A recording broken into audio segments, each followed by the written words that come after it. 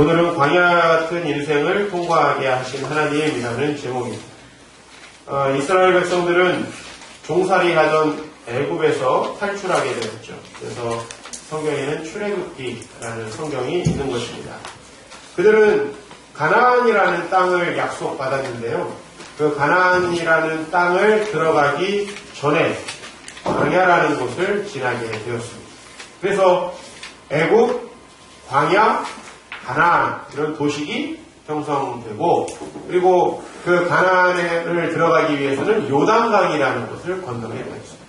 그래서 보통 우리가 이 세상에서 주님을 믿지 않고 살아가던 때를 우리가 애굽 때라고 이렇게 은유합니다. 그리고 우리가 하나님 앞에 훈련되면서 살아가는 이 삶의 과정을 광야라고 이야기를 하고, 보통 우리가 죽음 이후에 영원한 안식을 누리는 것을 요단강을 건너서 가나안 땅에 들어간다 이렇게 은유하는 것입니다. 물론 이것은 구약에서 나온 이미지를 가지고 은유하는 것입니다. 그러므로 여러분의 삶을 성경은 광야라고 그렇게 설명을 하고 있는 것입니다. 광야에는 수많은 위험들이 도사리죠. 인간 스스로는 생존하기에 굉장히 혹독한 환경입니다. 그러나 하나님께서 이스라엘 백성들에게 광야를 지나게 하셨다라고 오늘 하시는데, 먼저 출애굽기 16장에 보면 여호와께서 모세에게 이르시되, 보라, 내가 너희를 위하여 하늘에서 양식을 비같이 내리리니 백성이 나가서 일용할 것을 날마다 거둘 것이라 이렇게 말씀합니다. 하나님께서는 만나를 통해서 광야를 이기게 하셨다라는 것이죠. 광야를 지나지 않을 수는 없습니다. 왜? 우리 이 세상이 하나님을 거부하고 우리가 살아가기에 힘겨운 세상이 이미 되어 있기 때문에 그것을 우리가 다 바꾸어서 우리가 평탄한 길을 갈 수는 없습니다만은, 하나님은 그 길을 가는데 만나로서 이스라엘 백성들을 채워주셨고요. 그리고 또 그곳에 광야를 통과하려면 반드시 물이 있어야 하잖아요. 내가 호렙산에 있는 그 반석이 거기서 내 앞에 서리니 너는 그 반석을 치라. 그곳에서 물이 나오리니 백성이 마시리라. 하나님께서는 이렇게 이스라엘 백성들에게 양식과 물을 공급하셨는데, 이것은 바로 우리가 이 세상을 살아가는 데 필요한 모든 것들을 공급하신다는 말씀입니다. 게다가 하나님께서는 그들이 광야에 가면서 낮에 더위, 그 밤의 추위를 피하게 하시기 위해서 낮에는 구름 기둥으로 그들을 인도하시고 밤에는 불 기둥으로 그들에게 비추게 하셨다라고 얘기합니다. 그러므로 우리의 삶은 진행되는 것이죠. 저의 삶도 광야와 같았고 지금도 광야와 같습니다. 그러나 하나님께서 그 어려운 시점 구비구비마다 저를 채워주셨다는 것을 믿습니다. 저는 어렸을 때 다른 사람보다 경제적으로 좀 더 어렵게 살았기 때문에 경제적으로 하나님께서 채우시는 것을 만나로 인식할 수 있었던 것 같아요. 아마 금수저를 물고 태어나신 분들은 하나님이 주시는 건지 아빠가 주시는 건지 내가 잘나서 받는 건지 잘 모르겠지만, 저는 확실히 하나님이 이 광야 가운데서 저를 인도하신다는 것을 어렸을 때부터 고백하지 않을 수 없었습니다. 그러므로 우리는 이 고백을 하지 않을 수 없었던 거예요. 그의 백성을 인도하여 광야를 통과하신 이에게 감사하라. 그 인자하심이 영원하리로다. 여러분의 인생이 광야와 같다 할지라도 여러분의 인생에는 찬양이 넘치게 될 줄로 믿습니다. 왜냐하면 광야를 통과하게 하시는 하나님이 계시기 때문입니다. 심지어는 시편 136편은 더 장엄하게도 다음과 같은 고백을 하고 있습니다. 우리를 비천한 가운데에서도 기억해 주신 이에게 감사하라. 왜 이스라엘 백성은 비천해졌습니까? 이스라엘 백성은 때로 하나님을 떠나고 하나님의 말씀을 거부하여서 비천하게 된 적이 있었습니다. 그죠? 우리에게도 그럴 때가 있겠습니까? 없겠습니까? 이미 있었을 것이고, 또 앞으로도 우리의 부족함 때문에 우리는 하나님의 인도하심과 보호하심에서 잠시 벗어날 때도 있을지 모릅니다. 그러나 그런 비천한 가운데서도 우리를 기억해 주신다 말씀하셨고, 또 수많은 대적들, 우리 믿는 자들을 대적하는 수많은 이 세상의 사탄 마귀의 권세를 이기고 승리할 수 있도록 인도하신다고 하셨어요. 그러므로 오늘 24절에 우리의 대적에게서 건지신 이에게 감사하라라고 했습니다. 감사 설교만큼 힘든 설교가 없어요. 왜냐하면 너무 자주 해야 되기 때문에. 이건 뭐 할 말도 없고 무슨 얘기를 해도 여러분은 또 뻔하게 감사 찬양을 하겠구나. 또 오늘도 눈밭에 오곡백과나 또 감사하는 성도여 이런 찬양을 하겠구나. 또 애들도 오늘 처음 보신 분들은 신기하겠지만 내년에도 또 뭐 악어니 뭐 지렁이니 또 노루가 튀어나오고 무슨 곰이 나오지 않을까 이런 기대를 해요. 사실 설교자에게 이 감사 설교는 굉장히 어렵습니다. 그러나 사실 여러분이 삶 속에서 감사를 느끼고 있다면 감사 설교만큼 쉬운 설교가 없어요. 왜? 정말 감사하지 않습니까? 그러면 마음속에 크게 메아리 치니까 그 뭐 특별한 설명이 필요 없을 것 같아요. 1세기 후반 한참 우리 예수 그리스도를 믿는 기독교 신앙이 지중해 사회에 퍼져나가게 될 때 지중해 신앙을 꽉 잡고 있던 철학은 스토아 철학이었습니다. 스토아 철학은 바로 인간이 자연의 순리에 순종하는 그 삶을 터득함으로써 감정의 기복에 흔들리지 않고 이성을 따라가는 그 신앙을 터득함으로써 참된 인간이 되는 꿈을 꾸었습니다. 이렇게 이성에 따라 살아가며 윤리적으로 옳은 행동을 하라고 열심히 스토아 철학자들은 가르쳤어요. 그리고 역사책에 보면 때로 로마에서 스토아 철학자들을 아주 싫어했다고 합니다. 왜냐하면 로마의 삶은 참된 삶이 아니라고 자꾸 비판했기 때문에. 그런데 이 스토아 철학자들 중에서 여러분이 아마 이름을 들어보신 분들이 있을 거예요. 세네카, 그죠? 또 마르쿠스 아우렐리우스 황제, 이 스토아 철학자들이었는데 그 스토아 철학자들 중에 아주 시니컬하고 또 다른 사람들을 비판하는 말을 많이 했던 철학자가 한 명 있어요. 그 사람은 에픽테투스라는 사람입니다. 이 사람은 사도 바울이 복음을 전할 무렵에 동시에 스토아 철학을 배우고 있었던 사람인데요. 이 사람이 자기의 많은 글 중에 그리스도인들에 대해서 명명한 아주 짧은 글이 있어요. 저는 이 사람의 평소의 행실을 봤을 때 그리스도인들을 신랄하게 비꼬지 않았을까 생각했는데 의외로 그가 그리스도인들에 대해서 이렇게 이야기를 했습니다. 그리스도인들을 여기서 갈릴리 사람들이라고 이야기를 합니다. 갈릴리 사람들은 이 세상의 염려들과 두려움들로부터 벗어나 있는 것이 일반적이었다. 이렇게 이야기를 했어요. 여러분, 우리가 스토아 철학 배웠잖아요. 도덕 시간에, 윤리 시간에. 이들은 마음의 평안, 정신적인 평온함, 즉 아파테이아라는 것을 추구했어요. 인간이 철학을 통해서 정말 평안하고 행복한 상태에 이르게 될 것을 소망했는데 너무나 신기한 건 스토아 철학을 전혀 알지 못하던 저 나사렛 갈릴리 예수 도당들이 이상하게 염려와 두려움으로부터 벗어나서 늘 감사하며 마음의 평정심을 유지하고 있다는 걸 알게 된 거예요. 이게 참 신기하다라고 밝히고 있습니다. 그러나 우리는 신기하지 않죠.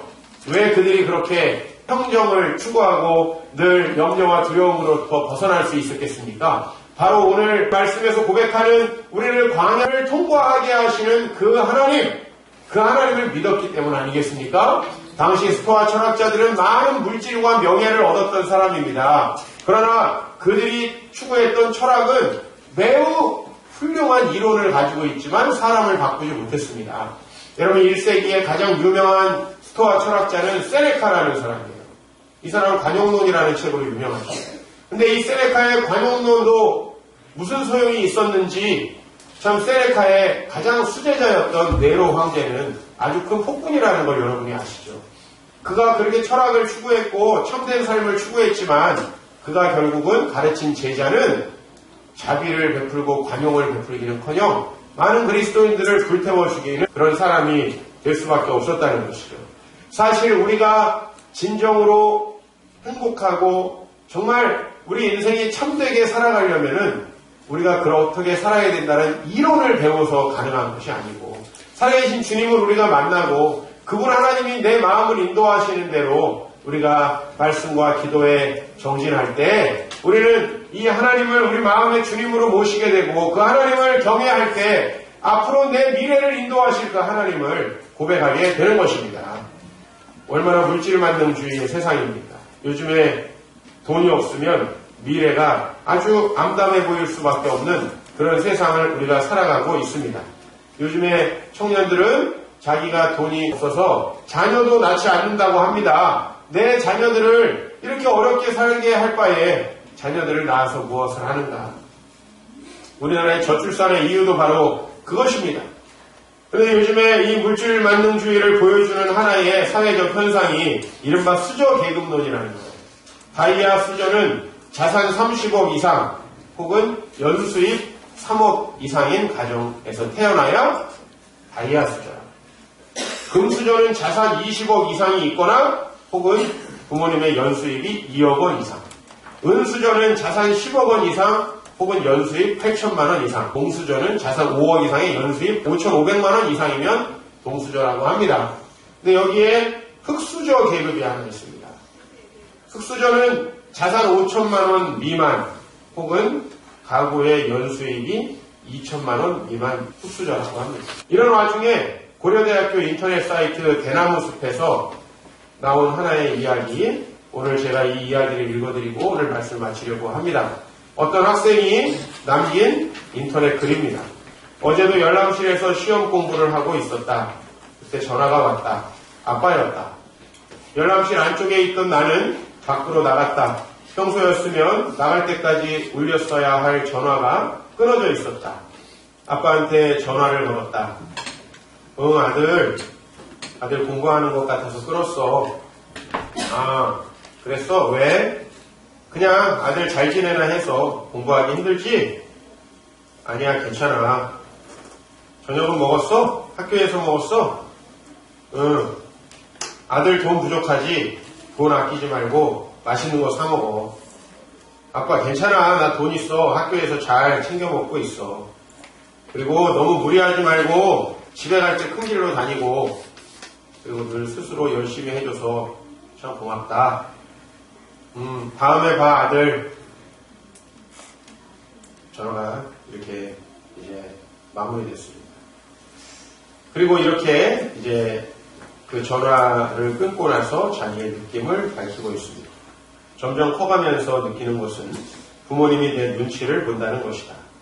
전화를 걸고서 공부하고 있을까봐 받기도 전에 끊고, 부모님께 전화가 오기 전에 내가 먼저 전화를 걸 수는 없었을까 미안하다. 부모님은 항상 내게 경제적으로 더 잘해주지 못해 미안해한다. 자신은 10,000원짜리 신발을 신으면서도 아들 바지 사라고 10만 원을 쥐어준다. 그리고 또 미안해한다. 나는 흙수저라는 말이 싫다. 아무도 나에게 흙수저를 물고 태어났다고 하지 않지만 나는 흙수저라는 말을 우리 부모님이 알게 될까봐 싫다. 자식에게 늘 더 잘해주지 못해 미안해하는 우리 부모님들이, 나는 못 배웠으니 너는 열심히 배워서 꼭 성공하라는 우리 부모님들이 흙수저라는 말을 알게 되면 본인이 자식에게 흙수저를 준 건 아닌지 생각할까봐 싫다. 나는 부모에게 좋은 흙을 받았다. 내가 깊게 뿌리내리고 건강하게 자랄 수 있는 흙을 받았다.